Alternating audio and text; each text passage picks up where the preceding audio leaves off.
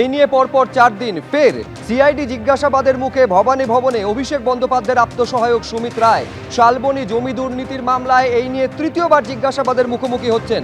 এর আগে আপনারা জানেন যে শনিবার রবিবার জিজ্ঞাসাবাদ করা হয়েছিল শালবনী জমি দুর্নীতি মামলায়, গতকাল জিজ্ঞাসাবাদ করা হয়েছিল চাকরি দুর্নীতি মামলায়, আজ ফের জিজ্ঞাসাবাদ করা পর্ব চলছে সেই জমি দুর্নীতি মামলায়।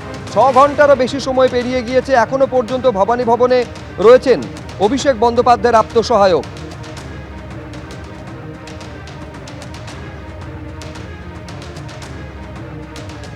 এদিকে যে মামলায় অভিষেক বন্দ্যোপাধ্যায়ের আপ্তসহায়কের জিজ্ঞাসাবাদ 6 ঘন্টারও বেশি সময় ধরে চলছে, সেই মামলাতেই শালবনী পৌঁছে গেল সিআইডি। শালবনীতে আপনারা জানেন প্রায় 300 একর সরকারি জমি প্লট করে অবৈধভাবে আইনকে বুড়ো আঙুল দেখিয়ে বিক্রি করা হয়েছে বলে অভিযোগ, এবং সেই সংক্রান্ত মামলায় স্থানীয় পঞ্চায়েতের কর্মীদের সঙ্গে কথাবার্তা বলছেন সিআইডি আধিকারিকেরা বলে জানা যাচ্ছে। সরাসরি কথা বলবো, সৌমেন চক্রবর্তী আমাদের প্রতিনিধি রয়েছেন। কি খবর রয়েছে সৌমেন, কি জানতে চাইছে সিআইডি? একেবারে দেখো, আমি যেখানে দাঁড়িয়ে রয়েছি আমার ঠিক পেছনেই রয়েছে শালবনী ব্লকের কর্ণগড় গ্রাম পঞ্চায়েত অফিস। এই অফিসে আজকে দুপুর 1টার কিছু পরে সিআইডির 3 সদস্যের এক প্রতিনিধি দল এই অফিসে এসে হাজির হন, এবং তারা যে এই মামলায় এই শালবনীতে আসবেন এর জন্য কিন্তু গতকালই তারা মেদিনীপুর জেলা এবং দায়রা আদালতে গিয়েছিলেন।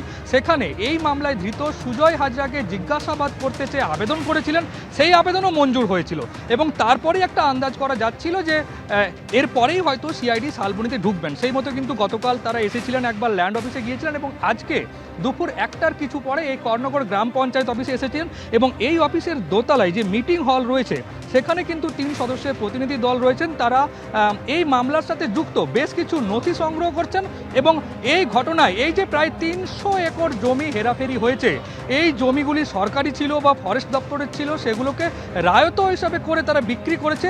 এই যে বিক্রি করার ঘটনা কোনো একজনের পক্ষে তো সম্ভব না, এই ঘটনায় আরও অনেকে জড়িত, অর্থাৎ আরও কোন কোন নেতা জড়িত, আরও কোন কোন আধিকারিক জড়িত, আরও কোন কোন প্রমোটার জড়িত রয়েছে সেটাই কিন্তু জানতে চাইছে সিআইডি। আমরা যেটুকু জানতে পেরেছি যে কিছুক্ষণ আগে এই পঞ্চায়েত অফিসে এমন এক ব্যক্তিকে ডাকা হয় যিনি এই জমি কেনা বেচার সাথে জড়িত ছিলেন, তাকে জিজ্ঞাসাবাদ করা হয়েছে, এবং একই সাথে এই গ্রাম পঞ্চায়েতের কর্মীদের কাছ থেকে, আধিকারিকদের কাছ থেকে বেশ কিছু নথি নেওয়া হচ্ছে। ফের মেট্রোয় সমস্যা, বন্ধ নোয়াপাড়া দক্ষিণেশ্বর মেট্রো পরিষেবা। দুপুর 1:32 থেকে নোয়াপাড়া এবং দক্ষিণেশ্বরের মধ্যে বন্ধ হয়ে যায় পরিষেবা। সিগন্যালিংয়ে ত্রুটির জেরে বিভ্রাট বলে মেট্রো কর্তৃপক্ষের দাবি। পাওয়ার ব্লক করে ফের পরিষেবা চালুর চেষ্টা হয়। দমদম থেকে আপ এবং ডাউন দুদিকেই চলছে স্বাভাবিক পরিষেবা। এবিপি আনন্দ, এগিয়ে থাকে, এগিয়ে রাখে।